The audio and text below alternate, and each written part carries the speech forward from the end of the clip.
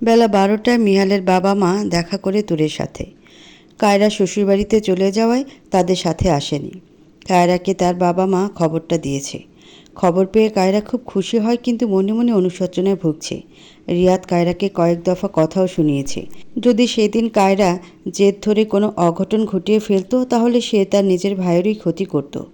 একে তো এখনও তানজিনার সাথে ডিভোর্স কনফার্ম হয়নি। তুরের অবচেতনার সুযোগ নিলে শর্ত খেলাফের দায় শাস্তি। তার উপর রিয়াদের বোনের জীবনটাও নষ্ট হয়ে যেত। কেটে গেছে 1 সপ্তাহ। তুরকে 2 দিন হলো বাড়িতে আনা হয়েছে। হসপিটালে থাকতেই তুর তার বাবাকে বলেছে সে যেন তার আমেরিকার ফ্লাইট কনফার্ম করে, কারণ ফাইজাদের সাথে ভিডিও কনফারেন্সে কথা হয়েছিল সেদিন। তারা জানিয়েছে আর 18 দিন পর ইউনিভার্সিটির ক্লাস শুরু হবে এবং তার মধ্যে ভর্তির সব ফর্মালিটি পূরণ করতে হবে। ভিসা পেলেই তুর আমেরিকা চলে যাবে। সেখানে গিয়ে সান ফ্রান্সিসকো টেস্ট ইউনিভার্সিটিতে ভর্তি হবে। সবার সাথে তুরের কথা হলেও মিহালের সাথে কথা হয়নি। প্রতিবার মিহাল এড়িয়ে গেছে, নয়তো তুর এড়িয়ে গেছে। তুরের এড়িয়ে যাবার কারণ সে চায় মিহালকে একেবারে ওখানে যেয়ে সামনাসামনি দেখবে। তার তৃষ্ণাতুর চোখ সামনাসামনি দেখেই তৃষ্ণা মেটাতে চায়। কায়রা এসেছে তুরকে দেখতে, সাথে সাথে স্বামী রিয়াদ ও 2 বছরের মেয়ে রিয়ানা। কায়রা প্রথমে তুরের পরিবারের কাছে ভুল স্বীকার করেছে, আর তুরের পরিবার হাসিমুখী তা বুঝেছে। 10 দিন পর তুরের ফ্লাইট। সান ফ্রান্সিসকোতে পৌঁছানোর 5 দিন পর ক্লাস শুরু হবে। তুর ইতিমধ্যে ইউনিভার্সিটি অথরিটির কাছে লেট করার রিজনও মেডিকেল রিপোর্ট মেল করে দিয়েছে, যাতে তারা পরে কোনো প্রবলেম না করে। 10 দিন পরিবারের সাথে অনেক হাসি খুশিতে কাটায় যেন আগে সেই প্রাণবন্ত তুর, যে রাতের অন্ধকারে কষ্টে জর্জরিত হলেও দিনের আলোয় সদা হাসি খুশি। কিন্তু আগের তুলনায় অন্ধকারের কষ্টটা কিছুটা হলেও লাঘব হয়েছে তার। যেদিন ফ্লাইট সেদিন সবাই আরও 1 দফা কান্নাকাটি করে তুরকে প্লেনে উঠিয়ে দেয়। তুর্য তো তুরের হাত ছাড়তেই চাইছে না। পরে সবাই মিলে ওকে বুঝিয়ে তুরের হাত ছাড়িয়ে নিয়ে আসে, আর তুর প্রতিদিন ফোন করবে বলেছে, আবার ভিডিও কল করবে বলেছে। তাই তুর্য একটু শান্ত হয়েছে। রাত 11:30 বাজে। এই পর্যন্ত এই বাচ্চা ছেলেটা বোনকে যেতে দিবে না বলে ঘুমায়নি। তুরের ইমিগ্রেশন শেষ হবার পর ফ্লাইট টেক অফ করার আগ পর্যন্ত সবাই এয়ারপোর্টে ছিল। তুর্য কাঁদতে কাঁদতে তার মায়ের কোলে ঘুমিয়ে গেছে। তুরের মা চোখের পানি মুছে মেয়ের জন্য দোয়া করে যেন তুর ভালোভাবে পৌঁছায় ও সফল হয়ে ফিরে আসে। পুরো 1 দিন জার্নি শেষে তুর সান ফ্রান্সিসকো এয়ারপোর্টে এসে নামে। প্লেন থেকে নামার পর ইমিগ্রেশন গেটে মিহাল, রাফি, রিজভি ও অর্ককে দেখতে পায়।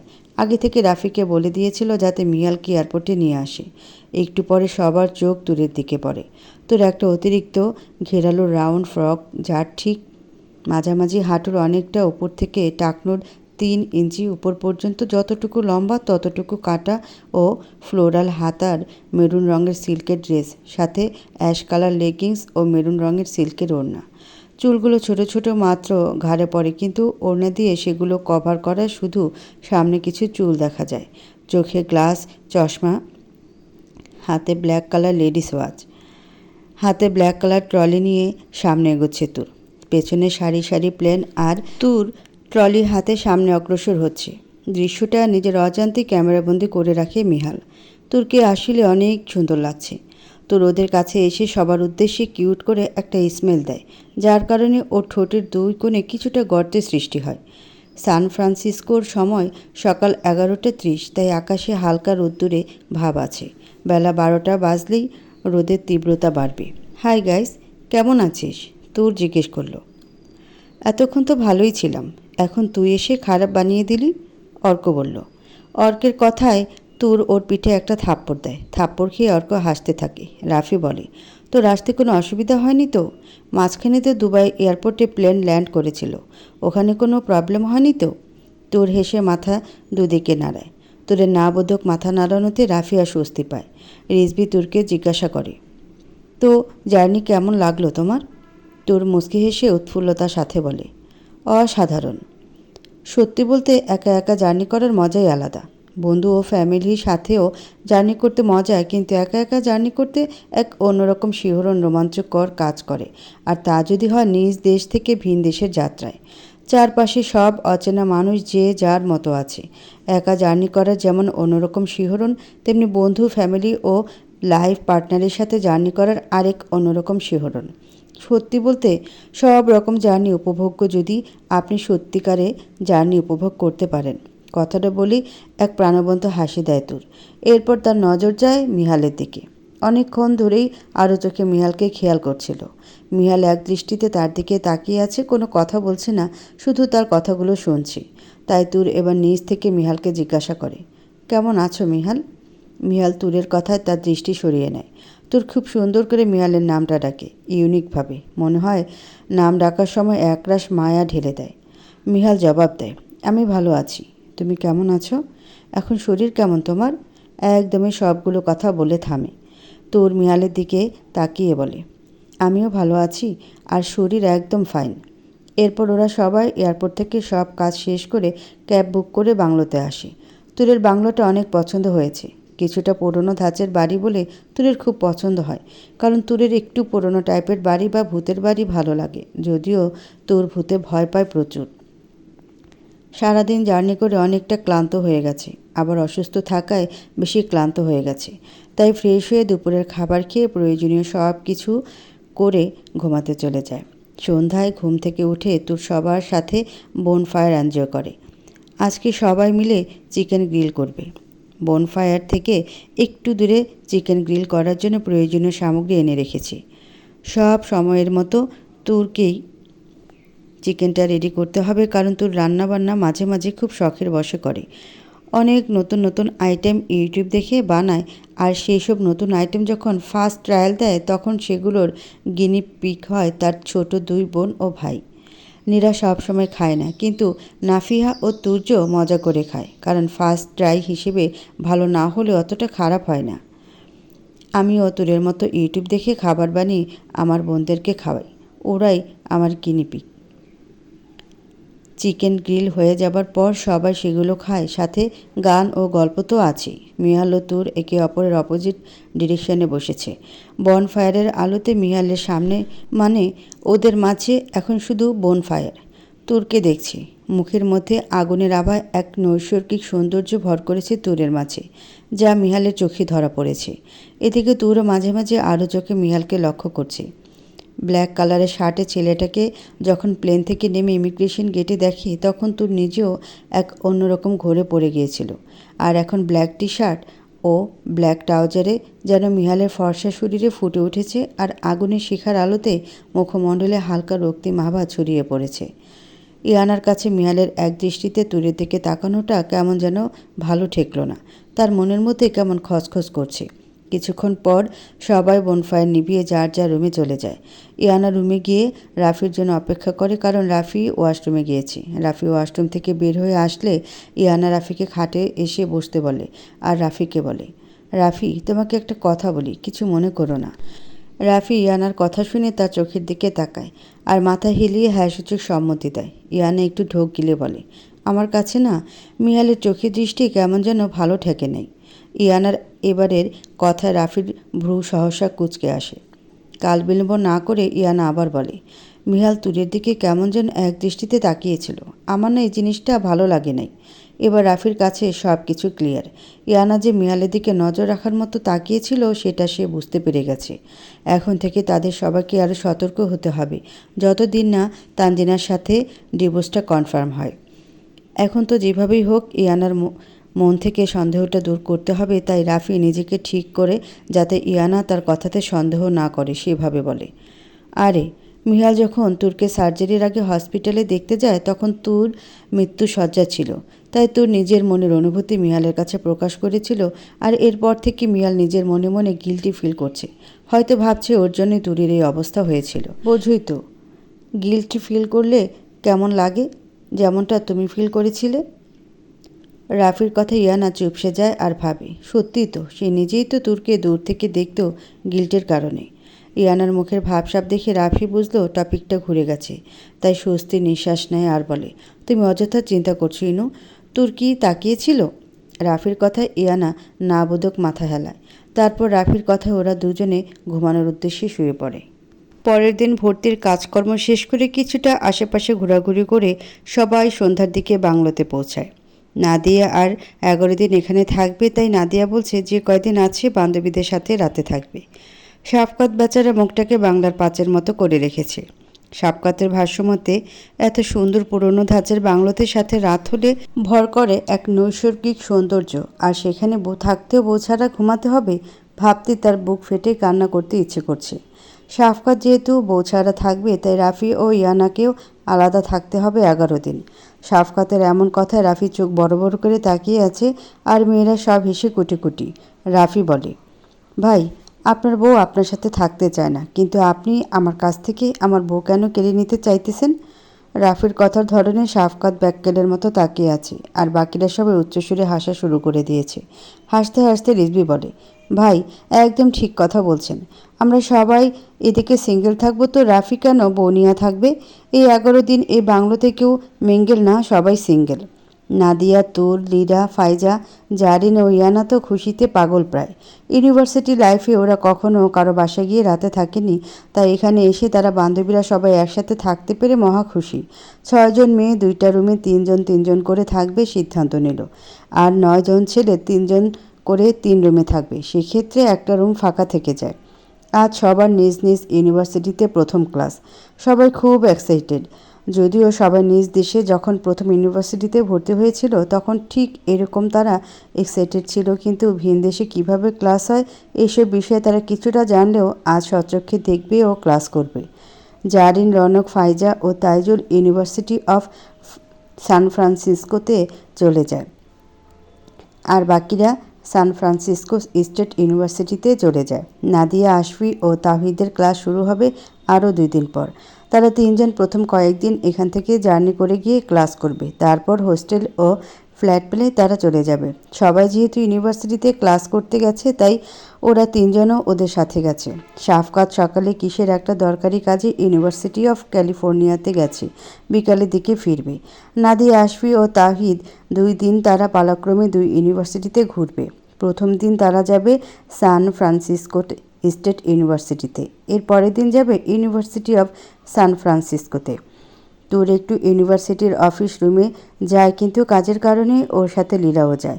এই জন্য অফিস রুমের কাজের জন্য ওদের ক্লাসে ঢুকতে 5 মিনিট লেট হয়ে যায়। ও স্যার ইতিমধ্যে ক্লাসে চলে এসেছেন। তোর ও লীলা তো ভয়ে শেষ। অর্ক ও রাফি ওদের মেসেজ করে বলেছে স্যার অনেক রাগী এবং অনেক পাংচুয়াল। মাত্র 31 বছর বয়সে সে অনেক কিছু অর্জন করেছে। 28 বছর বয়সে সে পিএইচডি কমপ্লিট করে সান ফ্রান্সিসকো স্টেট ইউনিভার্সিটিতে অধ্যাপক হিসেবে আছে। ওনার নাম মিস্টার হেইডেন ক্লার্ক। উনি বিয়ে করেছেন এক রাশিয়ানকে, যার সাথে স্যারের এই ইউনিভার্সিটিতে দেখা হয়েছিল বছর 3 আগে, যখন স্যার প্রথম সান ফ্রান্সিসকো স্টেট ইউনিভার্সিটিতে জয়েন করে, আর তার ওয়াইফ তখন এখানে মাস্টার্সের লাস্ট সেমিস্টারে। ক্লাস শুরু হওয়ার 5 মিনিট পর যখন লীরাও তোর ক্লাসে এসে স্যারকে বলে, মে আই কামিন স্যার? 2টি মানবীর একসাথে মে আই কামিন স্যার বলাতে স্যার পেছনের দিকে ঘুরে তাকায় আর গম্ভীর মুখ করে রাখে। স্যারের গম্ভীর মুখ দেখিয়ে ওদের তো জান যায় যায় অবস্থা। কিছুক্ষণ ওদের দিকে গম্ভীর মুখে তাকিয়ে থেকে বলে, why you guys late? Don't you know your class time was started 5 minutes ago? স্যারের কথা ওরা কী বলবে বুঝতে পারছে না। অর্ক ও রাফি অসহায়ের মতো ওদের দিকে তাকিয়ে আছে, তার মানে ওরাও কিছু করতে পারবে না এখন। লীরার এখন মনে হচ্ছে ফায়জা থাকলে ভালো হতো। ফায়জা এইসব সিচুয়েশন খুব ভালোভাবে হ্যান্ডেল করতে পারে, কিন্তু এখন তো ওদের কিছু বলতে হবে। তাই লীরা তোরকে বলে, তুই কিছু বল, তোর কাজের জন্যই তো এগুলো হয়েছে। মানে কি ভাই? লেট আমাদের দুজনের হয়েছে, যা বলবো দুজনে বলবো। মিস্টার ক্লার্ক ওদের দিকে তাকিয়ে বোঝার চেষ্টা করছে যে ওরা দুজন দুজনের মধ্যে কী কথা বলছে। মিস্টার ক্লার্ক স্প্যানিশ, ফ্রেঞ্চ এইসব ভাষায় পারদর্শী হলো, বাংলা, হিন্দি মানে এশিয়ান ভাষাগুলোতে সে পারদর্শী না, কিন্তু সে এই 2 মেয়ের ফেস কাটিং দেখে একটু বুঝতে পারছে এই মেয়েরা এশিয়ান। কিছুক্ষণ বোঝার চেষ্টা করে শেষ পর্যন্ত বলেই ফেলে, hey, what are you talking about? Do you have any answer my question? তোর ভীতু সুরে বলে, we are really sorry sir, I have some important work in office room, that's why I am late and my friends also. It is your first class and if you have any work, so why don't you did this before class or after? And as far as my knowledge, your admission formality had been done before 2 or 3 days ago. স্যারের কথায় তুর বলে, actually sir, I was in hospitalized because of brain tumor surgery, and after surgery I was in coma stage, and after 4 months later I wake up from coma. That's why I am late to do my admission formalities. Mister Clark ট্যুরের কথা বুঝেছেন এবং সে মেইলটা mister ক্লার্কই check করেছিলেন, তাই সে আর কথা না বাড়িয়ে ওদেরকে ভিতরে আসতে দিলেন এবং ওদেরকে ফার্স্ট বেঞ্চে বসতে বললেন। ফার্স্ট বেঞ্চে অ্যালেক্স নামে একটা ছেলে বসা ছিল, যে এতক্ষণ ধরে স্যার ও ট্যুরের মাঝে হওয়া সব কথাবার্তা শুনেছি। অ্যালেক্সের সাথে ম্যাক্স নামে একটা ছেলে বসে আছে, কিন্তু ম্যাক্স স্যারের অগোচরে হোয়াটসঅ্যাপে তার গার্লফ্রেন্ড এলিনা, যে কিনা ইউনিভার্সিটিতেই মাইক্রোবায়োলজিতে পড়াশোনা করে অনার্স 3rd ইয়ারে। স্যারের কথায় তুর ও লিরার অনিচ্ছা সত্ত্বেও ফার্স্ট বেঞ্চে 2টি অচেনা ছেলের সাথে বসতে হয়। এরপর স্যার ক্লাস কন্টিনিউ করে। পরপর 3টা ক্লাস শেষ হবার পরে ওরা সবাই একসাথে ব্রেক টাইমে ভার্সিটি ক্যাম্পাসে দেখা করে। 10 জন একসাথে ক্যাম্পাসের এক জায়গায় বসে আছে। রিজভি বলে, জানিস, আমাদের প্রথম ক্লাস যে নিয়েছে সে স্যার প্রথম দিন হিসাবে যে একটু আসতে পড়াবে তা না, প্রথম দিনে উনি একদম তাড়াতাড়ি করে সব করছে। কই ভাবছিলাম প্রথম দিন ইন্ট্রোডাকশন নিয়ে ছেড়ে দিবে। উনি 2বার পিএইচডি ডিগ্রি নিছে, আর তুই কি না আশা করছস তোরে প্রথম দিন ইন্ট্রোডাকশন নিয়ে ছেড়ে দিবে? মিহাল বলে উঠল, ছাড়বো না কেন ভাই, তার বয়স 50-এর উপরে, কদিন পরে ঠুস করে মইরা যাবে, তো এখন তো একটু কথা কম বলা উচিত তার। রিজবির কথায় সবাই অট্টহাসিতে ফেটে পড়ে। হাসি থামিয়ে অর্ক বলে, তোদেরকে তো পড়াইছে, আর আমাদের এই 2 মহান বান্ধবীদের আজকে স্যার জাত হইছে। অর্কর কথা লীরা ও তোর ভ্রুকুচকে ওর দিকে তাকায়, আর মিহাল অর্কর কথায় তুরের দিকে একবার তাকায়, তারপর আবার অর্কের দিকে তাকিয়ে বলে, কি হয়েছে? মিহাল বলল, কি আর হবে, তারা ক্লাসে 5 মিনিট লেট করে আসছে, আর স্যার ক্লাসে লেট করা পছন্দ করে না, তাই উনি ওদের কত কিছু বলল। এবার লীরা বলে, কই কত কিছু বলল? স্যার শুধু আমাদের কাছ থেকে জানতে চাইছে আমাদের লেট করার কারণ, আর তো কিছু বলে নাই। রাফি ওদের কথাই বলে, আরে বাদ দে, যা হওয়ার হয়ে গেছে। ইনু, তোমার ক্লাস কেমন গেছে? খুব ভালো, আমাদের ম্যাম অনেক ভালো ছিল। ম্যামের পরে একটা স্যার আসছে, তারপর আবার সে ম্যাম আসছে। ম্যামের নাম জেনিফা, উনি খুব মিশুক। ওদের এসব কথাবার্তা চলতে থাকে। ওদের সবার কথাবার্তার মাঝে সেখানে অ্যালেক্স, ম্যাক্স, এলিনা ও এরিক আসে। আর কোনো কিছু না বলে অ্যালেক্স ও ম্যাক্স ওদের পাশে বসে পড়ে, কিন্তু এলিনা ও এরিক দাঁড়িয়ে থাকে, কারণ তারা ওদের চিনে না। 2টো অচেনা ছেলে তাদের পাশে এভাবে বসে পড়াতে সবাই ভুরু কুচকে তাদের দিকে তাকিয়ে থাকে।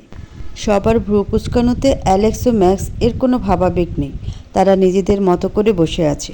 পাশে যে প্রায় ডজনখানিক ছেলেমেয়ে তাদের দিকে তাকিয়ে আছে, তাতে যেন এই দুজনের কিছু যায় আসে না। মিহাল ওই দুজনের ওঠার লক্ষণ না দেখে আর তুরের পাশে এসে ছেলেটাকে বসতে দেখে ছেলেটাকে জিজ্ঞাসা করে, hello brother, who are you and why are you sitting beside us? Alex মিহালের দিকে তাকায়, কিন্তু না, সে মিহালকে ক্লাসে দেখেছি বলে মনে হয় না। তাই বলে, myself Alex and I am her friend. অ্যালেক্সের কথায় তোর অবাক। বলে গিয়েছিলি এই ছেলে নাকি তোর friend? What, who said I am your friend? Alex তার কিউট স্মেল দিয়ে বলে, didn't you sit next to me in class? তোর অবাক, ক্লাসে একদিন একসাথে বসেছে বলে ফ্রেন্ড হয়ে গেল? ছেলেটা তাকে ক্লাসমেট বলতে পারতো। ভিনদেশি মানুষটা বুঝি এরকম সবার সাথে ফ্রেন্ডলি হয়। লীরা এতক্ষণ সবার মতো শুনলেও এবার বলে, yes, we are sitting next to you, then it is indicate that we are friend.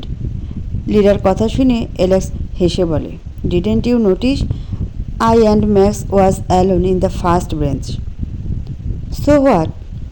Lira বলে উঠল, I don't let anyone else sit next to me. Since I let you sit, you are now my friend. সবাই হতবুদ্ধির মতো ওদের দিকে তাকিয়ে আছে। Just একসাথে বসতে দিয়েছে বলে এখন তারা friend? All right, you guys are our friends from now on, Rafi বলে উঠল। রাফির কথা শুনে বাকিরা রাফির দিকে তাকায়। রাফি তাদেরকে বলে, ভিনদেশে কিছু নতুন ফ্রেন্ড বানানোতে কোনো সমস্যা নেই, তাই না? রাফির কথা সবাই সম্মতিমূলক হাসে।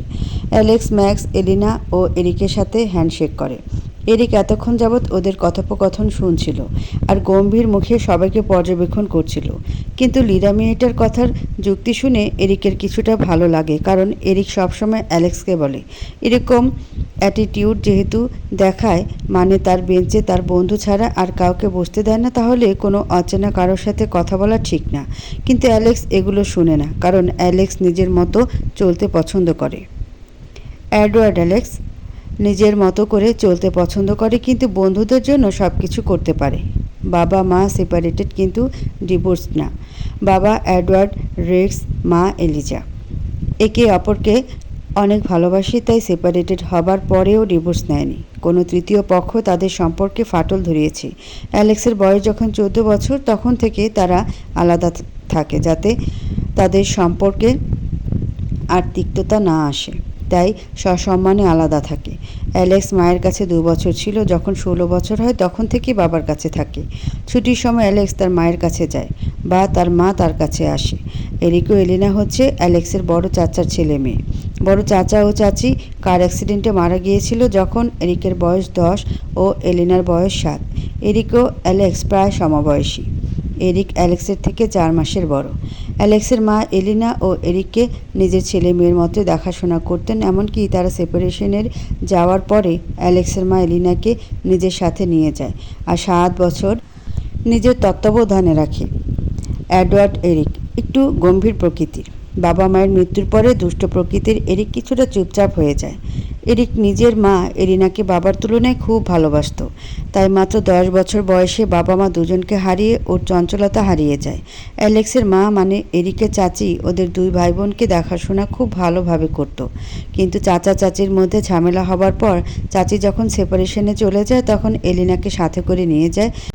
অ্যালেক্সও কয়েকদিন পর মায়ের কাছে যায়, কিন্তু এরিক যায় না। আর তারপর থেকে গম্ভীর হয়ে যায় এরিক। সবার মধ্যে পরিচিত হবার পালা। Hi, I am Elena, Alex's cousin. I am studying in the 3rd year in microbiology. Hello, I am Max. Hello, I am Eric. I am studying in the 1st year of masters in pharmacy. একে একে রাফিরা সবাই নিজের পরিচয় দেয়, কিন্তু ওদের নাম উচ্চারণ করতে অবস্থা খারাপ। I am Tawhid, 1st year masters in biochemistry at the University of California. এমন করে আশফি নাজিয়া নিজেদের পরিচয় দেয়, কিন্তু ওদের 4 জনের উচ্চারণ তাওহিদ, নাজিয়া, আশফি। টু, লিরা, অর্ক ও রাফিও নিজেদের পরিচয় দেয়, কিন্তু উচ্চারণ টু, Lera, Arok, Rafi. It's not Lera, it's Lira. Same, Lira and Lira. It's not tor, it's tour. Tour, 4 জন একসাথে বলে উঠল। অর্কেটটা তারা আগের মতো উচ্চারণ করে। রিজভিকে উচ্চারণকে রিজভি। মিহালকে উচ্চারণ করে মেহাল। ইয়ানাকে এনায়া। ওই দিনের মতো ক্লাস শেষ করে বাসায় আসে সবাই। জারিন, নরক ও ফাইজা কোনো নতুন ফ্রেন্ড বানাতে পারেনি, কিন্তু তাজুল একটা ইন্ডিয়ান ছেলের সাথে বন্ধুত্ব করেছে। শাফকাত ক্যালিফোর্নিয়াতে ফ্ল্যাট দেখেছে। সেখানে একটা বেডরুম, একটা স্টাডি রুম, ডাইনিং ও ড্রয়িং একসাথে, কিচেন ও 2টা ওয়াশরুম আছে। পরের দিন নাদিয়া, শাফকাত, আশফি ও তাহিদ ইউনিভার্সিটি অফ সান ফ্রান্সিসকোতে যায়। এই ইউনিভার্সিটির ক্যাম্পাস অত্যাধুনিক না হলেও প্রাকৃতিকভাবে সুন্দর। অ্যালেক্স আজকে তুর ও লিরার জন্য বেঞ্চ খালি রেখেছে। রাফি ও অর্ক বসতে চাইলে বলে পরের বেঞ্চে ম্যাক্সের সাথে বসতে। ম্যাক্স বেচারাকেও আজকে অ্যালেক্স উঠিয়ে দিয়েছে, তাই সে মনের দুঃখে এলিনার সাথে চ্যাট করছে। আর অ্যালেক্সের কথা শুনে রাফি অর্ককে হাই বলে। তুর ও লিরা প্রথম বেঞ্চে অ্যালেক্সের সাথে না বসে চতুর্থ বেঞ্চে যেয়ে বসে, কিন্তু বসার 1 মিনিট না যেতে অ্যালেক্স ধপ করে তুরের পাশে বসে পড়ে। তুর ও লিরা সেদিকে চোখ ছোট ছোট করে তাকালে অ্যালেক্স তার কিউট মার্কা হাসি দেয়। অ্যালেক্স দেখতে অনেক হ্যান্ডসাম, জিম করা ফর্সা বডি, লম্বা 6 ফিট 1 ইঞ্চি, চুলগুলো স্টাইল করে কাটা এবং ব্রাউন কালার, যা জন্ম থেকে অ্যালেক্সের মায়েরও ব্রাউন কালার চুল। চুলগুলো সব সময় ঝাড়ুর মতো ফুলানো অবস্থায় খাড়া হয়ে থাকে, কোনো হেয়ার জেল ছাড়াই। চোখের মণিও ব্রাউনিশ। মেয়েরা তার পিছে পড়ে থাকে। কিন্তু অ্যালেক্স এ পর্যন্ত একটা মেয়ের সাথে রিলেশনে গিয়েছিল, তাও 6 বছরের রিলেশনশিপ। তার নাম অলিভা। 2 মাস হতে চললো ওদের ব্রেকআপ হয়েছে। অলিভা একই ইউনিভার্সিটিতে অনার্স 4th বর্ষে বায়োকেমিস্ট্রিতে পড়াশোনা করছে। অলিভা অ্যালেক্সকে এখনও খুব ভালোবাসে, কিন্তু অ্যালেক্সকে নিয়ে সে ইনসিকিউর, কারণ অলিভার সামনেই অ্যালেক্সকে অনেকে প্রপোজ করেছে। অ্যালেক্স কিছুটা ফ্লার্টি টাইপ, সে ওই মেয়েদের সাথে প্রেম না করলেও ফ্লার্ট ঠিকই করতো, আর এসব বিষয় নিয়ে ওদের ঝগড়া হতো। এরপর শেষমেশ শান্তি বজায় রাখতে ব্রেকআপ হয়েছে। ব্রেকআপের পর 2 মাস হতে চলল, কিন্তু অ্যালেক্স এখনও কোনো রিলেশনশিপে যায়নি অন্য কারোর সাথে, আর না অলিভা গিয়েছে। তোর যেহেতু মিহালকে ভালোবাসে ও মিহালের স্ত্রী, তাই অ্যালেক্সের রূপে সে সব মেয়েদের মতো পাগল হয়নি। আর লিডার তো অ্যালেক্সকে না, তার চাচাতো ভাই এরিককে ভালো লেগেছে, এরিকের গম্ভীর্যতা ও ম্যানলি অ্যাটিটিউড এর কারণে। এরিক দেখতে অ্যালেক্সের মতো সুদর্শন, জিম করা, ফর্সা বডি, লম্বা 6 ফিট 1 ইঞ্চি, তবে চেহারা পুরো এক না। চুলগুলো ব্রাউনিশ কালো আর স্টাইলিশ করে কাটা, আর সেগুলো কপালের মাঝে সাইড করে পড়ে থাকে। চোখের মণি নীলাভ কালো, কারণ তার মায়ের এরকম ছিল চোখের মণি।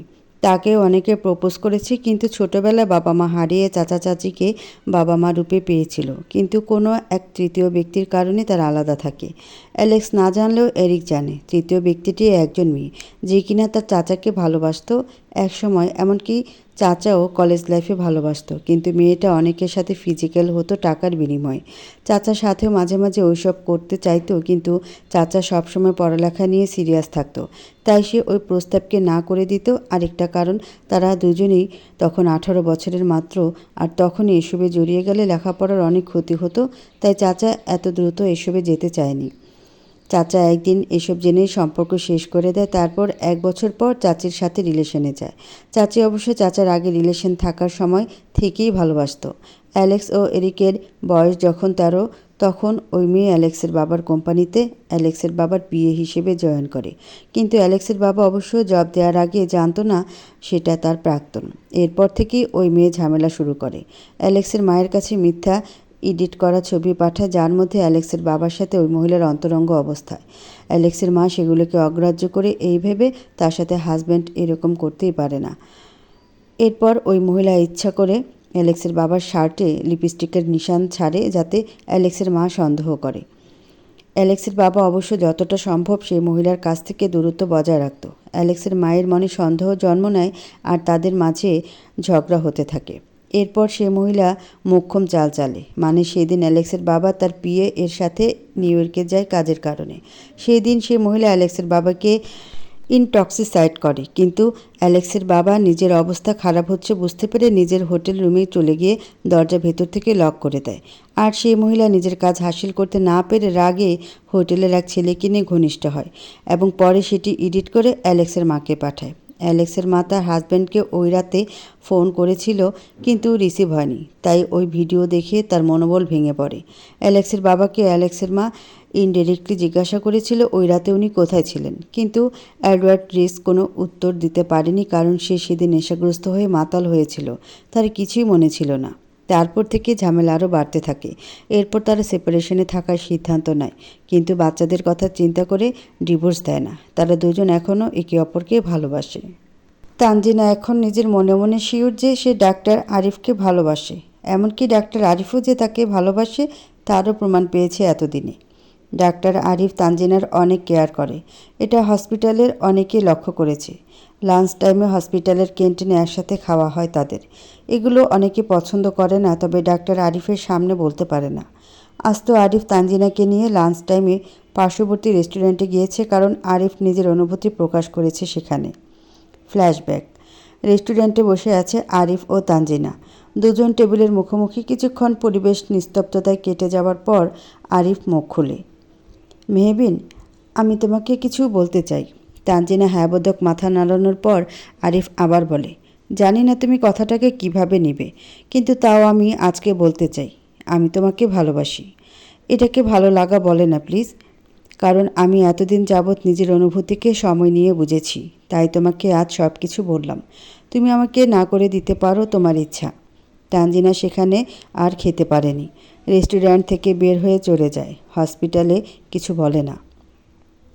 তানজিনার যাওয়ার দিকে তাকিয়ে আরিফ হতাশার নিঃশ্বাস ত্যাগ করে। ফ্ল্যাশব্যাক অ্যান্ড তানজিনা এবার ডিভোর্স পেপার সাবমিট করার সিদ্ধান্ত নিল।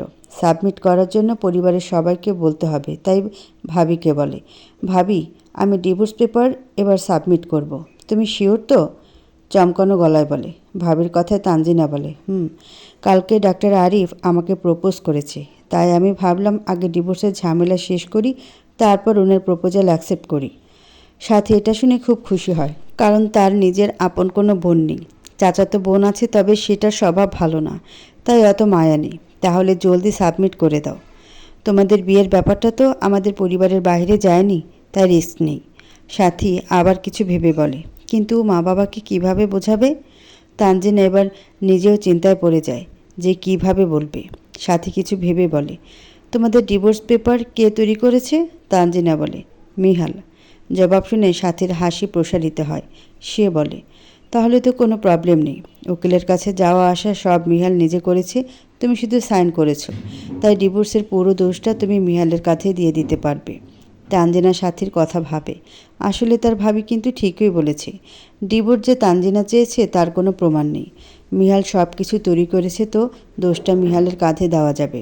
এরপর তানজিনা সাথীর কথায় সায় মিলিয়ে বাড়ির সবার সাথে কথা বলতে যায়।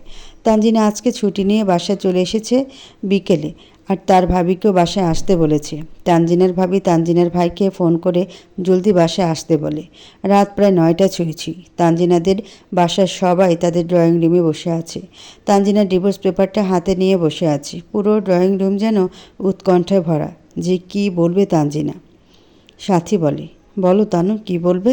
তানজিনার ভাই তাহমিদ বলে, কি বলবি জলদি বল, তোর জন্য আমি চেম্বার ছেড়ে তাড়াতাড়ি বাসায় চলে আসছি। তানজিনার ঢোক গিলে নিজেকে ধাতস্থ করে ডিভোর্স পেপারটা ভাইয়ের হাতে তুলে দেয়। তানজিনার ভাই ভ্রু কুচকে ডিভোর্স পেপারটা হাতে নেয়।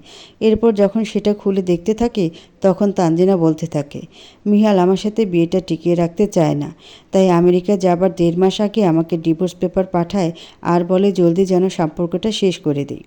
তানজিনা আবার নিজের নিঃশ্বাস ছেড়ে বলতে থাকে, আমি এতদিন ভেবে দেখলাম যে মিহালকে ডিভোর্স দিয়ে দেওয়াটাই আমার জন্য ভালো হবে, কারণ যে বিয়ের 4 মাসের পরপরই আমাকে ডিভোর্স পেপার পাঠায়, সে আমার সাথে সারা জীবন কীভাবে থাকবে? এতক্ষণ তানজিনার মা, বাবা ও ভাই চুপচাপ সব কিছু শুনছিল। সবার মুখমণ্ডলে গাম্ভীর্যের ছাপ। সবার চেহারার অবস্থা দেখে তানজিনা তার ভাবির দিকে তাকায়। তার ভাবি ইশারায় তাকে অপেক্ষা করতে বলে। অপেক্ষার প্রহর শেষ করে তানজিনার ভাই বলে, এতদিন কেন আমাদের জানাওনি তানজিনা? তানজিনা ভাইয়ের মুখে তানু ছাড়া তানজিনা শুনে কিছুটা ভরকে যায়, কারণ তার ভাই যখন রেগে যায় তখন তাকে পুরো নামে ডাকে। তানজিনা চোখ মুখ কিছুটা নরম করে বলে, আমি তোমাদের টেনশন দিতে চাইনি। তোমরা মিহালকে কতটা বিশ্বাস করে আমার সাথে বিয়ে দিয়েছিলে, তাই তোমাদের সেই বিশ্বাসকে ভাঙতে চাইনি। কিন্তু আজ আমি নিরুপায়, আমি আর এসব বয়ে বেড়াতে পারছি না। তানজিনার বাবা মা একদম চুপ হয়ে গেছেন। তারা ভাবতে পারছে না যে মিহাল এই কাজ করতে পারে। মিহালকে তারা এতদিন সব সম্পর্কে সম্মান করে এরকম ছেলে ভাবত, আর এখন কি না তার মেয়ের জীবন নিয়ে এভাবে খেলল। তাহমিদ এবার এগিয়ে বলে, এখনই মিহালদের বাসায় যাব, আর এই ডিভোর্স পেপার দেখিয়ে বলবো এসব কি। আব্বু আম্মু তোমরাও চলো আমার সাথে। তানু তুই যাবি না? তুই এখানেই থাকবি। সাথী চলো। রাত 10টা বেজে কিছু সময় অতিবাহিত হয়েছে। তানজিনার পুরো পরিবার, শুধু তানজিনা ছাড়া সবাই মিহালদের বাসায় ড্রয়িং রুমে বসে আছে, আর ড্রয়িং রুমে টি টেবিলের উপর ডিভোর্স পেপারটা পড়ে আছে। মিহালদের বাসায় শুধু মিহালের বাবা মা আছে, কায়রা তার শ্বশুর বাড়ি। মিহালের বাবা মা ডিভোর্স পেপার দেখে কোনো রকম রিয়াকশন দেয়নি, কারণ তারা জানতো এটা হওয়ারই ছিল। মৌনতা ভেঙে তানজিনার বাবা বলে, কায়েস, আমি ভাবতেও পারিনি যে তোমার ছেলে এরকম করতে পারে। তোমার ছেলে আমার মেয়েকে ভালোবাসে, এরকম বলার কারণে আমি আমার মেয়ের সাথে তোমার ছেলের বিয়ে দিয়েছিলাম। কিন্তু তোমার ছেলে এটা কি করলো? বিয়ের 4 মাস পরপরই ডিভোর্সের জন্য অ্যাপ্লাই করলো। বাবাকে থামিয়ে তাহমিদ বলে, আমি তো এই বিয়েতে রাজি ছিলাম না। আমার বাবা বলল মিহাল খুব ভালো ছেলে, তানজিনাকে খুব ভালো রাখবে, আর সে নাকি তানজিনাকে ভালোবাসে, তাই রাজি হয়ে গেছিলাম। সাথী পুরোটা সময় চুপ করে আছে, কারণ সে কিছু বললেই যদি হিতে বিপরীত হয়ে যায়। মিহালের বাবা এবার কথা বলে। এতক্ষণ সে সব কিছু শুনছিল। ভাই সাহেব, তালি কিন্তু 1 হাতে বাজে না, তালি 2 হাতে বাজে। আপনি শুধু আমার ছেলের দোষটা দেখেছেন, কিন্তু নিজের মেয়ের দোষটা দেখছেন না। তাহমিদ বলে, আমার বোনের একটাই দোষ, সে কেন এগুলো আমাদের আগে বলল না? খুব বিশ্বাস করে আপনার ছেলের হাতে আমার মেয়ের হাত তুলে দিয়েছিলাম, কিন্তু আপনার ছেলে আমাদের বিশ্বাসের মর্যাদা রাখল না। আমার মেয়ের এত বড় সর্বনাশটা না করলেও পারত। তাহমিদ মায়ের কথায় বলে, মা, তুমি চিন্তা করো না, ওই ছেলে আমার বোনের সর্বনাশ করে পালাতে পারবে না। ওকে তো উচিত শিক্ষা দিয়ে ছাড়বো। আঙ্কেল, আপনি আপনার ছেলেকে এখনই ফোন করুন, আমরা জানতে চাই কারণ কি। মিহালকে ফোন করার কথা শুনে সাথী ভয় পেয়ে যায়। সে বলে, কি দরকার ফোন করার? ওই ছেলে তো এখন মিথ্যা কথা বলবে তানজিনার নামে। মিহালের মা এবার বলে, না মা, ফোনটা করতে দাও। আমরাও জানতে চাই মিহাল কেন তানজিনাকে ডিভোর্স দিচ্ছে। তানজিনার বাবা মা ও ভাই সবাই এতে সায় মিলায় আর মিহালকে ফোন দেয়। সাথী ভাবছে কোনো রকম গণ্ডগোল যেন না হয়। সে সবার থেকে একটু আড়ালে গিয়ে তানজিনাকে ফোন করে। হ্যালো ভাবি, কি অবস্থা ওখানে? ফোন রিসিভ করে হড়বড় করে এসব বলে তানজিনা। তোমার ভাই তো আবার মিহালকে ফোন দিতে বলতেছে আর সবাই রাজি হয়ে গেছে। আমি চেষ্টা করলাম যাতে ফোন না দেয়, কিন্তু তারা আমার কথা শুনলো না। সেই মিহালকে তারা ফোন দিচ্ছি। আমি ভাবি, এত ভয় পাওয়ার কি আছে? কোনো প্রমাণ আছে আমার বিপক্ষে তার কাছে? ডিভোর্স পেপার যে মিহাল বানাতে বলছে তার প্রমাণ তো উকিল নিজে। তাই চিন্তা বাদ দাও আর জলদি বাসায় আসার চেষ্টা করবা। আমি কল কাটলাম। ডাক্তার আরিফের মেসেজ আসছে, এই বলে তানজিনা কল কেটে দেয়। বাংলাদেশ সময় রাত 10টা 30 আর সান ফ্রান্সিসকোর সময় সকাল 9টা 30। মিহাল এখন ক্লাসে, আর আধা ঘন্টা পর প্রথম ক্লাস শেষ হবে।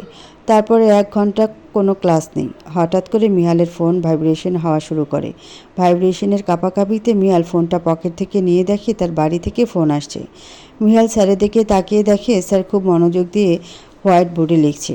মিহাল ফোন কেটে দিয়ে মেসেজ করে দেয় যে ক্লাসে আছে, আধা ঘন্টা পর কল ব্যাক করবে। এরপর মিহাল আবার ক্লাসে মনোযোগী হয়। ক্লাস শেষে মিহাল লাইব্রেরিতে চলে যায়, কারণ সেখানে যে কানে হেডফোন লাগিয়ে তারপর কথা বলবে। বাড়ি থেকে ফোন আসায় মিহাল এইটুকু তো বুঝতে পেরেছে যে কোনো কারণ ছাড়া তাকে ফোন করেনি। বাড়ি থেকে সচরাচর ডিরেক্ট ফোন আসে না, প্রথমে মেসেজ করে তারপর ফোন করে। মিহাল বাড়িতে ফোন করে। কলিং বেলের শব্দে তানজিনা দরজা খুলে তখন রাত 12টা বেজে 30 মিনিটের বেশি। বাবা মা ও ভাই ভাবিকে গম্ভীর মুখে দেখতে পায়।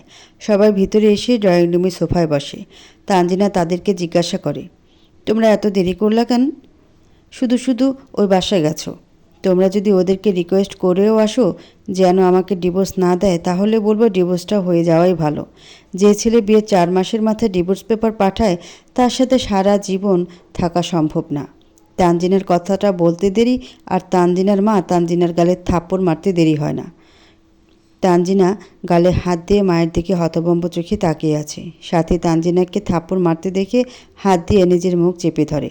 তানজিনার বাবা মাথা নিচু করে সোফায় বসে আছে, আর ভাই তো ভাবতেও পারছে না যে কেঁচো খুঁড়তে যে কেউটে বেরিয়ে আসবে এভাবে। তানজিনার মা এবার রাগে চোখ মুখ শক্ত করে বলে, রিকোয়েস্ট করব? তাও আবার তোর জন্য? ভাবলি কি করে তুই? তুই যদি এখন ডিভোর্স নাও দিতে চাস, তাও তোকে আমরা জোর করে হলেও ডিভোর্স দেওয়াবো। আমার তো ভাবতেই লজ্জা করছে যে তুই আমার মেয়ে। মায়ের কথা শুনে তানজিনা তার ভাবির দিকে জিজ্ঞাসু দৃষ্টিতে তাকায়।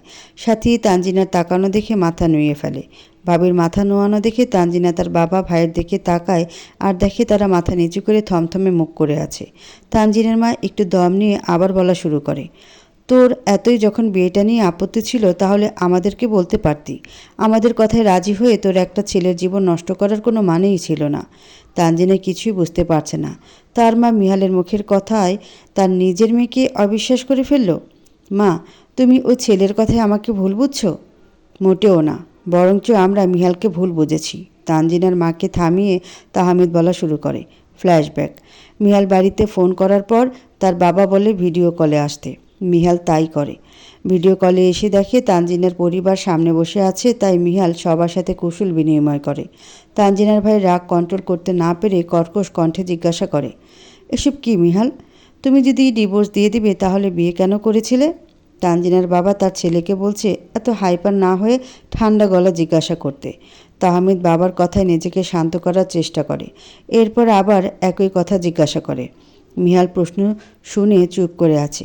দেখে তাহমিদ আবার রেগে কিছু বলতে যাবে, তার আগে তানজিনার বাবা ছেলেকে চুপ করিয়ে দিয়ে নিজে বলে, মিহাল, প্রশ্নের উত্তর দাও। কেন করলে তুমি এটা? তোমাকে আমরা বিশ্বাস করেছিলাম। মিহাল দীর্ঘশ্বাস ফেলে জবাব দেয়, আঙ্কেল, আমি জানি না তানজিনা আপনাদেরকে কি বলেছে, তবে আমি বলবো এতে আমার কোনো দোষ ছিল না। মিহালের কথা সাথেই ঘাবড়ে যায়। তাও নিজের কণ্ঠে দৃঢ়তা এনে বলে, তোমার কোনো দোষ ছিল না বলতে তুমি কী বোঝাতে চাচ্ছ? তানজিনার দোষ ছিল? উকিলের কাছে ডিভোর্সের জন্য কে গিয়েছিল সেটা বলো। নিঃশব্দে হাসে, আর মিহালের হাসি দেখে সাথী আরও ঘাবড়ে যায়। মিহাল সাথীর কথা জবাব দেয়, দোষ কার ছিল আর কার ছিল না সেটা একটু পরে জানতে পারবেন। হ্যাঁ, উকিলের কাছে আমি গিয়েছিলাম ডিভোর্স পেপার বানাতে। তাহলে এতে তানজিনার দোষটা কোথায়? মিহাল এবার বুঝে গেছে এখন রেকর্ডিংটাই তার হয়ে কথা বলবে। তাই সে সকলের উদ্দেশ্যে বলে, তাহলে আমি আপনাদের সবাইকে কিছু দেখাতে চাই, সরি, শোনাতে চাই। মিয়ালের কথায় সবাই ভ্রু কুঁচকে ল্যাপটপের দিকে তাকায়। মিয়াল তাহমিদের মেসেঞ্জারে রেকর্ডিংটা সেন্ড করে দেয় আর তাহমিদকে বলে মেসেঞ্জারে গিয়ে চেক করতে। তাহমিদ মেসেঞ্জার চেক করে দেখে মিয়াল তাকে একটা ভয়েস নোট পাঠিয়েছে। মিয়াল ভয়েস নোটটা ওপেন করতে বললে তাহমিদ সেটা ওপেন করে। রেকর্ডিংয়ে সব কিছু শুনে তানজিনার পুরো পরিবার হতবাক হয়ে যায়। সাথে এইসব আগে থেকে জানতো কিছুটা হলেও, তারপরে সে অবাক হয়ে যায় যে এইসব কথা মিহাল রেকর্ড করে রেখেছে এই ভেবে। সবার রেকর্ডিং শোনার পরে মিহাল বলে, এটা ওই দিনের কথোপকথনের রেকর্ডিং, যেদিন আমি আর তানজিনা রেস্টুরেন্টে মিট করেছিলাম। তানজিনার আমার প্রতি করা ব্যবহারগুলো কারণ জানতে। তখন আমি তানজিনার অগোচরে এই রেকর্ডিং অন করে রাখি, কারণ ভবিষ্যতে লাগতে পারে এই ভেবে। আর দেখুন আজকে লেগেও গেল। আজকে যদি আমার কাছে রেকর্ডিংটা না থাকতো তাহলে আপনারা সবাই আমার উপর সব দোষ চাপিয়ে দিতেন। তানজিনার বাবা মা ও ভাই ভাবি চুপ করে আছেন, তাদের এখন কিছু বলার নেই। কী বা বলবেন? তাদের সবাইকে চুপ থাকতে দেখে মিহাল বলে, এতদিন তার করা সব অপমান অবহেলা আমি মেনে নিয়েছিলাম, কারণ তাকে আমি ভালোবাসতাম। এক প্রকার জিদ জন্ম নিয়েছিল তাকে পাওয়ার জন্য, কিন্তু এখন মনে হচ্ছে এই জেদ ধরে রাখা ঠিক হবে না, তাই আমি জেদ ছেড়ে দিলাম। আর তাকে আমি ভুলে যাওয়ার চেষ্টা করছি, আর তাকে আমি ভুলে যাব ইনশাল্লাহ। তানজিনার পুরো পরিবার আর কোনো কথা না বলে মিহালদের বাড়ি থেকে বেরিয়ে আসে। ফ্ল্যাশব্যাক অ্যান্ড এসব কথা তানজিনার ভাই তানজিনাকে বলেছে। তানজিনা ভাবতেও পারছে না এইভাবে ফেঁসে যাবে। তানজিনার ভাইয়ের কথায় তার ঘোর ভাঙে। চিন্তা করিস না, তোদের ডিভোর্স এবার আমি নিজে তদারকি করে করাবো। তুই মুক্তি চেয়েছিলি না, তুই পাবি, সাথে মিহালও তোর থেকে মুক্তি পাবে। এগুলো বলে যে যার রুমে চলে যায়। সান ফ্রান্সিসকোতে সবাই ক্লাস শেষ করে যে যার পার্ট টাইম জবে যায়। সন্ধ্যায় সবাই বাংলোতে ফিরে এসে ফ্রেশ হতে যার যার রুমে চলে যায়। আজ এক সপ্তাহ হয়েছে তোর এখানে এসেছে, কিন্তু মিহালের সাথে এয়ারপোর্টে একটু কথা হবার পর আর কথা হয়নি। তোর ভেবেছিল আমেরিকায় থাকা এই 2 বছর অন্তত মিহালের সাথে থাকতে পারবে, এই 2 বছরের সংসার অন্তত তার কপালে জুটবে। কিন্তু এখন মনে হচ্ছে মিহাল কি কখনো তাকে একটু হলেও ভালোবাসবে, নাকি সব সময় তানজিনাকেই নিয়ে ভাববে আর তাকে অবহেলা করে যাবে। এগুলো ভাবার পরক্ষণেই মলিন হেসে ভাবে, কি পাগল সে, যেখানে জানে এগুলো চাওয়াও তার নিজের কাছে বিলাসিতা মাত্র। তোর রুম থেকে গার্ডেনে যায় একটু নিরিবিলি সময় কাটাতে। গার্ডেনে গিয়ে দেখে সেখানে আরও একটি মানব অবয়ব আগে থেকে আছে। কিছুটা ভয় পেয়ে গেলেও আস্তে আস্তে সামনে এগোয়, আর আবছার লাইটের আলোয় অবয়বটাকে সে চিনতে পারে। মিহাল। হ্যাঁ, মিহাল এই অবয়বটা। মিহালও তুরের মতো নিরিবিলি থাকার জন্য গার্ডেনের এই পাশটায় আসে। তুর ধীরে ধীরে মিহালের দিকে এগোয়। মিহাল তার পেছন থেকে শুকনো পাতার মর্মরও কারো পায়ের শব্দে পেছনে ঘুরে তাকায়। পেছনে ঘুরে সে তুরকে দেখতে পায়, তাই আবার সামনের দিকে আকাশে মনোনিবেশ করে। তুর মিহালের পাশে এসে দাঁড়িয়ে একটা শায়েরি কিছুটা নিবু নিবু আওয়াজে আওড়াতে থাকে। हमसे जिसे चाहा उसने चाहा किसी और को, हमने जिसे चाहा उसने चाहा किसी और को, खुदा के लिए जिसे वो चाहे वो भी चाहे किसी और को। তুর নিবু নিবু আওয়াজে বলেও পরিবেশ নিস্তব্ধ থাকায় শায়েরিটা মিহালের কান পর্যন্ত গেছে। তুহের মুখে হিন্দি শায়েরি শুনে আকাশের দিকে তাকিয়ে মলিন হাসে মিহাল, যেটা ওদের জীবনের সাথে পুরোপুরি মিলে গেছে। কিছুক্ষণ দুজনে মনও থাকে। মনতা কাটিয়ে মিহাল বলা শুরু করে, তুর। মিহালের ডাকে তোর পাশ ফিরে তাকায়, কেমন আছো? তোর নিঃশব্দে হেসে জবাব দেয়, ভালো, তুমি? আকাশের দিকে দৃষ্টিপাত করে মিহাল বলে, যার জীবনটা নাটকীয়তায় পূর্ণ সে কেমন থাকতে পারে আমার জানা নেই। মিহালের কথায় তোর তাচ্ছিল্যের সাথে হাসে আর বলে, তোমার জীবন নাটকীয়তায় পূর্ণ হলেও একদিকে গেলে 2 কুল পাবে, আবার আরেক দিকে গেলে শুধু 1 কুল পাবে। এক দীর্ঘশ্বাস ফেলে আবার বলে, কিন্তু আমায় দেখো, 1 কুল আছে কিন্তু সেটাও অনিশ্চিত। তোরের কথা হিমেল আনমনে বলে, চিন্তা করো না, তোমার অনিশ্চিত জীবনের অনিশ্চয়তা কেটে যাবে। তোর কথাটা শুনে কিছুটা চমকে গেল, পরক্ষণে ভাবল মিহাল হয়তো তার কথাটা বুঝতে পারেনি। আচ্ছা মিহাল, এই 2 বছর তো এখানে তানজিনা নেই। আমার মনে হয় না তানজিনা এখানে আসবে। 2 বছর কি তুমি আমার সাথে থাকতে পারো না? এটা কি আবার অন্য কিছু মনে করো না প্লিজ। আমি বলতে চাইছিলাম যে আমি তোমার কেয়ার করব আর তুমি আমার কেয়ার করবে। একসাথে দুজন বসে জ্যোৎস্নায় বিলাস করব আর রাতের আকাশে তারা দেখব। মাঝে মাঝে দুজনে একসাথে ঘুরতে যাব। শীতের রাতে দুজনে একসাথে জানালার পাশে বসে কফি খাবো আর স্নো পড়া দেখব। ঘুম না আসলে দুজনে একসাথে গার্ডেনে এসে তোমার কাঁধে মাথা রেখে বসে থাকবো বা তোমার বুকে মাথা রেখে ঘুমাবো। এটুকুই তো চাওয়া আমার। তোমার জীবনে একান্ত আমার অধিকার তো আমি এখনও চাইতে পারি না, কারণ আমার আগে তুমি অন্য কারো।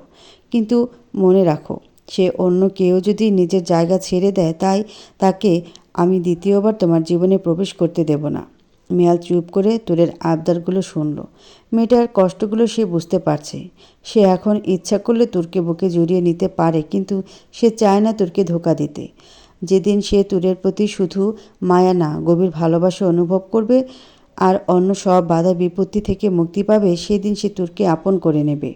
মিয়াল এটা বুঝতে পারছে না যে সে তুরের সাথে বিয়ের পর থেকে তার প্রতি কিছুটা টান অনুভব কেন করছে। আগেও তো তুর তাকে ভালোবাসতো, কিন্তু মুখে বলতো না। কই, তখন তো তুরের প্রতি এত মায়া কাজ করতো না, এত টান কাজ করতো না। তাহলে এখন কেন? তানজিনার অবহেলার কারণে, নাকি নিজের ইচ্ছায় ও সজ্ঞানে একটি পবিত্র বন্ধনে আবদ্ধ হওয়ার কারণে? তানজিনার সাথে বিয়েটি আইনত স্বীকৃতিমূলক, কিন্তু ধর্মীয় স্বীকৃতি এখনও নেই। যদি এমন হতো তুর মিহালকে জোর করে বিয়ে করেছে, তাহলে কি মিহালের মনে তুরের প্রতি ভালোবাসা জন্ম নিত? এর জবাব হচ্ছে না। জোর করে আর যাই হোক ভালোবাসা পাওয়া যায় না। তোর ওই দিন মিহালকে পরোক্ষভাবে জোর করলেও প্রত্যক্ষভাবে জোর করেনি। সিদ্ধান্ত নেওয়াটা মিহালের উপর ছিল, কেউ চাপিয়ে দেয়নি। মিহাল ওই দিনে বুঝতে পেরেছিল তানজিনা তাকে কখনো মানবে না। তাও মনে একটা ক্ষীণ আশা ছিল, যা এখন আর নেই। এমনকি মিহাল সে আশা রাখতেও চায় না। প্রায় অনেকক্ষণ হয়ে গেল মিহাল তুরের কথার জবাব দেয়নি। আকাশের দিকে তাকিয়ে মিহাল মনে মনে কিছু ভাবছে, তা দেখে তুর মিহালকে আলতো ধাক্কা দিয়ে ধ্যান ভাঙায়। কি হলো, কি ভাবছ? মিহাল মাথা নাড়িয়ে ঘাড় একটু বাঁকিয়ে আবার সোজা করে কপালে হাত দিয়ে বলে, কই কিছু ভাবছি না তো। তোমাকে আমি এতক্ষণ কিছু বলেছি, তুমি কি শুনেছ? শুনলাম, কিন্তু সমস্যা ইয়ানাকে নিয়ে। মিহালের কথা তোর একটু ভ্রুকুচকে তাকিয়ে বলে, ইনুর সাথে আবার কি সমস্যা? মিহাল বাঁকা হেসে বলে, তোমার বান্ধবী আমার ওপর নজর রাখছে। তোর অবাক হয়ে বলে, মানে? ইনু তোমার ওপর নজর রাখছে, এর মানে কি? মিহাল বলে, যেদিন তুমি এখানে আসলে সেদিন যে আমরা কনফায়ার করেছিলাম, তখন আমি তোমার দিকে তাকিয়েছিলাম, সেটা ইয়ানা দেখেছে। এই কথা আবার রাফিকে বলেছে। রাফি আমাকে তাই আগে সাবধান করে দিয়েছে। পরের দিন তোর হতবাক, ইনু এসব তানজিনার জন্য করছে। তানজিনা কেমন সেটা জানার পরেও? অবশ্য ইনুর জায়গায় ইনু ঠিক, কারণ তানজিনার সাথে মিহালের বিয়ে হয়েছে। এখন বান্ধবীর হাজব্যান্ড যদি ভিনদেশে এসে অন্য নারীতে আসক্ত হয়ে যায়, তাহলে তো বান্ধবীর অনেক কষ্ট হবে। কিন্তু ইয়ানার ক্ষেত্রে বান্ধবী চুজ করাটা মানে এমন বান্ধবীর জন্য কষ্ট করে নজরদারি করছে যে কিনা নিজে তার হাজব্যান্ডের কিছুতে কিছু যায় আসে না। তোর দীর্ঘশ্বাস ফেলে বলে, জানি না ভবিষ্যতে কি হবে। ওরা দুজন গার্ডেনে আরও কিছুক্ষণ কাটিয়ে যার যার রুমে চলে যায়। দেখতে দেখতে কেটে গেছে আরও 1 সপ্তাহ। অ্যালেক্স প্রতিদিন ক্লাসে এসে তুরের সাথে বসতে চায়। মাঝে মাঝে সফল হয়, আর মাঝে মাঝে রাফি অর্ক এসে তুর ও লীরার 2 পাশে বসে পড়ে। লীরাকে কম জ্বালায়, কিন্তু তুরের কাছে এসে টুর টুর এই 2 বিকৃত নামে ডাকতে থাকে, যা তুরের কাছে অসহ্য রকমের লাগে। আজকের যখন অ্যালেক্স এরকম করে ডাকছে, তখন তুর বলে, প্লিজ অ্যালেক্স, তুমি আমার নামটা সঠিক উচ্চারণ করে ডাকার চেষ্টা করো, না হলে আমাকে ডেকো না। কি করব বলো টুর? আমি তো পারি না। তোমার কি অন্য কোনো সহজ নাম নেই? অ্যালেক্স জিজ্ঞেস করলো। তুর আর লীরা একে অপরের দিকে তাকায়। লীরা জবাব দেয়, তুর নামটা অনেক সহজ, তুরফা থেকে তুর। আর তুমি বলছো আরও সহজ নাম দিতে? তুমি তো আমার নামটাকেও বিকৃত করে লেখো ল্যারা বলে। তোমাদের নামগুলো এশিয়ান, তাই আমাদের উচ্চারণ করতে সমস্যা হয়। এখন তোমাদের যদি অন্য কোনো নাম থাকে সেটা বলো। তুমি কি নূর উচ্চারণ করতে পারবে? তুর বলল, নূর? নূর বলল, বলো নূর। অ্যালেক্স অনেক কষ্টে নূর উচ্চারণ করতে পারল। অ্যালেক্সের এক্স গার্লফ্রেন্ড অলিভা। অলিভাদের ক্লাস শুরু হয়েছে 3 দিন হলো। মেয়েটা অ্যালেক্সের সাথে তুর ও লীরাকে দেখে কিছু ব্রেকআপ হবার কারণে সামনে এসে বলতে পারছে না। কিন্তু অলিভা যদি এশিয়ান মেয়ে হতো বা বাংলাদেশি মেয়ে হতো তাহলে এতক্ষণে অ্যালেক্সের মাথার চুল থাকতো না। রিকের সাথে লীরার কথা হয় বলতে হাই হ্যালো কেমন আছো এগুলো, তাও যখন অ্যালেক্সের সাথে আসে। জারিন 2 দিন যাবৎ রনকের সাথে কথা বলছে না, কারণ এক আমেরিকান তরুণী যে কিনা ওদের ক্লাসমেট, সে রনককে জড়িয়ে ধরে গালে চুমু দিয়েছে। জারিন তখন ওয়াশরুমে গিয়েছিল। ওয়াশরুম থেকে ফিরে এসে ক্লাসের দরজায় দাঁড়িয়ে এই দৃশ্য দেখে। তখন ফাইজা জারিনের সাথে ছিল। ফাইজা একবার জারিনের দিকে একবার রনকের দিকে তাকাচ্ছে। পরিস্থিতি বুঝতে পেরে ফাইজা রনককে জোরে ডাক দেয়, রনক। ফাইজা ডাকে রনক মেয়েটাকে ছেড়ে দূরে সরে দাঁড়ায় আর দরজার দিকে তাকিয়ে দেখে জারিন অশ্রু জল ছলছল দৃষ্টিতে তার দিকে তাকিয়ে আছে। রনক কিছু বলতে যাবে তার আগে জারিন ক্লাসে এসে নিজের ব্যাগ নিয়ে চলে যায়। ফাইজা সবটা হতভম্ব দৃষ্টিতে দেখল। তার এখন কি করা উচিত সে বুঝতে পারছে না। জারিনের চলে যাওয়া দেখিয়ে রনকও নিজের ব্যাগ নিয়ে জারিনের পিছু পিছু ছুটে যায়। ফাইজা কিছুক্ষণ দাঁড়িয়ে থেকে তারপর ওই মেয়েটার কাছে গিয়ে জিজ্ঞাসা করে, এই মেয়ে, তুমি একটা অচেনা ছেলেকে আবার জড়িয়ে ধরেছ কেন? সরি, অচেনা কোথায়? রন আমার ক্লাসমেট। তোমার ক্লাসমেট কিন্তু তোমার বয়ফ্রেন্ড না। হতে কতক্ষণ? এশিয়ান ছেলেদের নাকি বিদেশি মেয়ে অনেক পছন্দ। রনও আমাকে পছন্দ করে ফেলবে। এই মেয়েটার কথা শুনে ফাইজার মাথায় রক্ত উঠেছে। মেয়েটা বলে কি এসব? ফাইজা আর বেশি কথা না বাড়িয়ে বলে, in your dreams and wait for the next day. Faiza এটা বলে ওখান থেকে চলে আসে। সাপ্তাহিক ছুটির দিন হওয়ায় গতকালই কেউ ইউনিভার্সিটিতে যায়নি। পার্ট টাইম জবের জন্য বিকালের দিকে ওরা বের হয়েছিল, কিন্তু রনক ও জারিনের মুড এখনও খারাপ। কেউ কারোর সাথে কথা বলছে না। রনক কথা বলতে গেলেও জারিন কথা বলছে না। আজকে ইউনিভার্সিটির ক্যাম্পাসে আসার সময় রনক জোর করে জারিনের হাত ধরে নিয়ে এসেছে। জারিন নিজের হাত অনেকবার ছাড়ানোর চেষ্টা করেছে, কিন্তু রনক ছাড়েনি। ফায়জা রনককে ওই মেয়েটার কথাগুলো বলেছিল, তাই রনক আজকে ডিসিশন নিয়েছে আজকে একটা হেস্তনেস্ত করেই ছাড়বে। ক্যাম্পাসে আসার পর ওই মেয়েটা আবার এসে রনককে জড়িয়ে ধরে জারিনের সামনে। রনক তখনও জারিনের হাত ধরা অবস্থায় ছিল। এবার রনক রেগে গিয়ে ওই মেয়েটাকে জোরে ধাক্কা দিয়ে নিজে থেকে সরিয়ে নেয়। ধাক্কাটি একটু জোরেই ছিল। ওই মেয়েটা মাটিতে পড়তে পড়তে নিজের ব্যালেন্স ঠিক করে দাঁড়িয়ে যায়। মেয়েটা হতবাক হয়ে রনকের দিকে তাকিয়ে আছে। মেয়েটার তাকানো দেখে রনক বলে, হ্যালো আপু। ও জারিন আমার গার্লফ্রেন্ড এবং ফিউচার ওয়াইফ। মেয়েটা হতভম্ব চোখে রনকের দিকে তাকিয়ে আছে। আমি তোমার আপু হই না রনক। আই লাভ ইউ রন। আমি জানি তুমি মিথ্যে কথা বলছো। এই মেয়েটা তোমার কিছুই হয় না, শুধু ফ্রেন্ড হয়।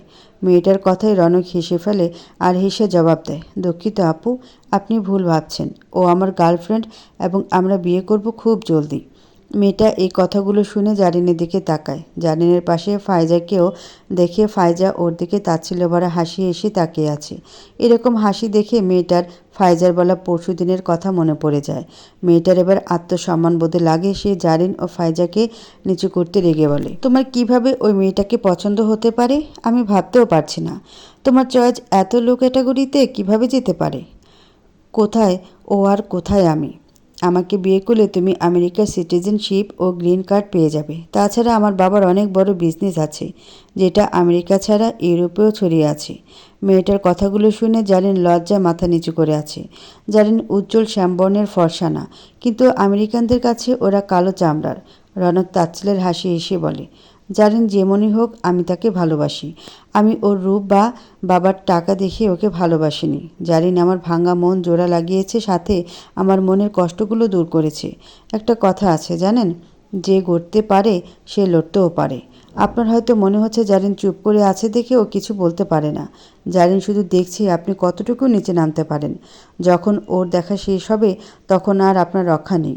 আপনার বাবা যেহেতু বিলোনিয়ান, তো আপনি বিলোনিয়ান দেখেই ভালোবাসেন বা বিয়ে করুন।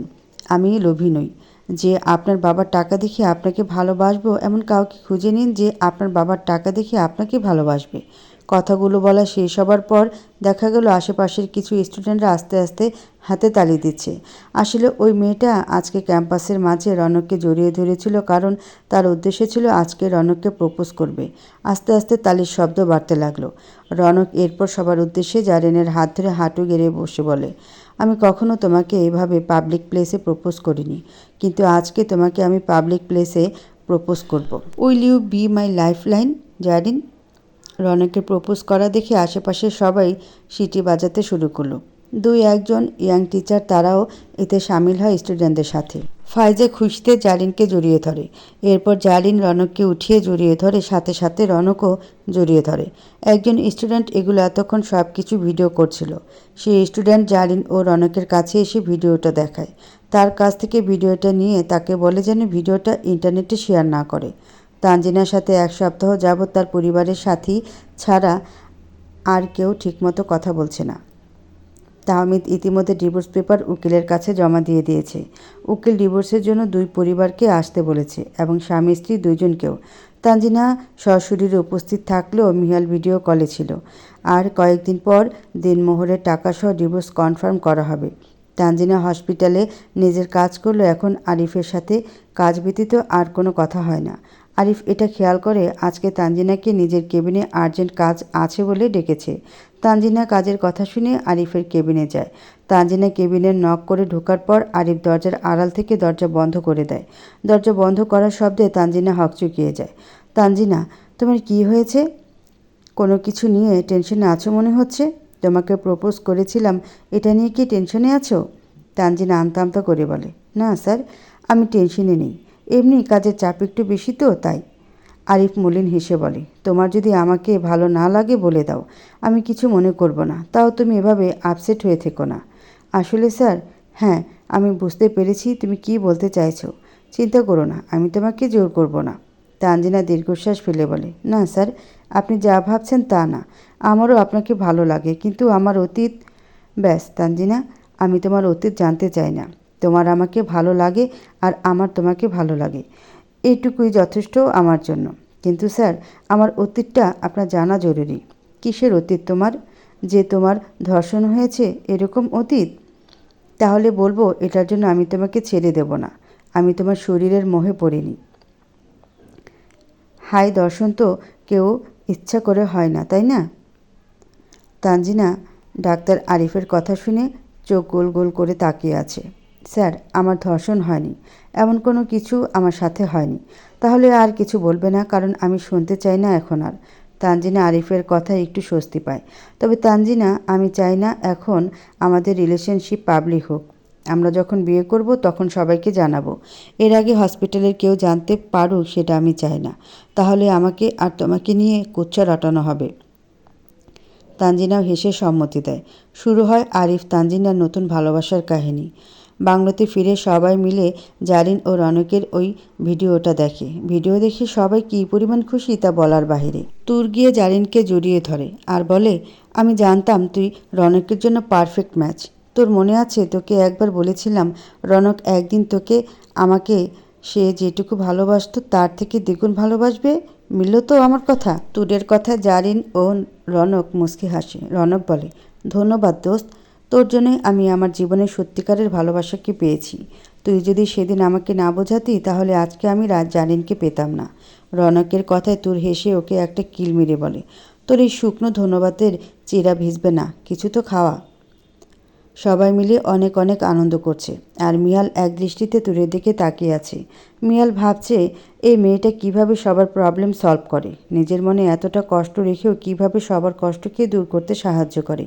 যত সময় গড়াচ্ছে আমি ততই তুরের মায়ায় নিজেকে আবদ্ধ করছি। হয়তো ভালোবেসে ফেলেছি, কিন্তু এখন উপলব্ধি করার অপেক্ষায় আছি।